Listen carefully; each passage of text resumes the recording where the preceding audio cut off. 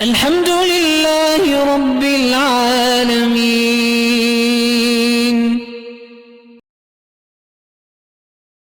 بزرگ، میرے بھائی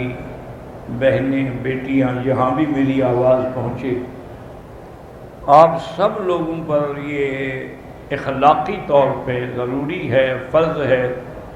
کہ ہر مسلمان 2 رکعت تہجد کے وقت میں اسی نیت سے پڑھ کے دعا کرے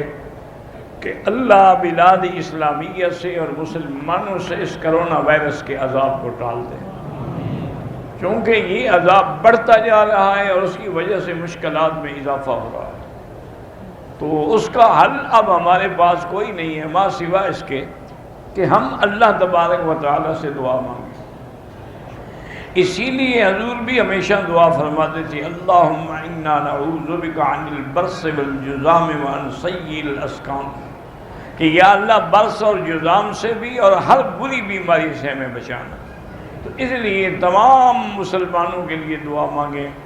مسلمان بھی انتہا پریشان ہیں اور یہ بہت سارے ملکوں میں پھیلتا چلا جا رہا ہے، تو یہ اللہ کا عذاب ہے، اس میں کوئی شک نہیں ہے، اور عذاب رفع تب ہوگا جب ہم اللہ سے درخواست کریں گے،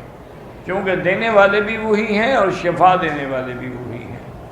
لیکن اگر ہر آدمی اپنی حفاظت کے لیے سورۃ فاتحہ، آیت الکرسی یہ پڑھا کرے صبح و شام، اور اپنے ہاتھوں پہ دم کر کے سارے بدن پہ پھیر لیا کرے، اور اسی طرح ایک بزرگ نے درود شریف لکھا ہے جو میں نے پہلے بھی شاید بتایا تھا کہ اللہم صلی وسلم وبارک علی روح محمد فی الارواح وصلی وسلم علی قلب محمد فی القلوب وصلی وسلم علی جسد سیدنا محمد فی الاجساد وصلی وسلم علی قبر سیدنا محمد فی القبور۔ انہوں نے لکھا ہے کہ جو آدمی یہ درود شریف پڑھ کے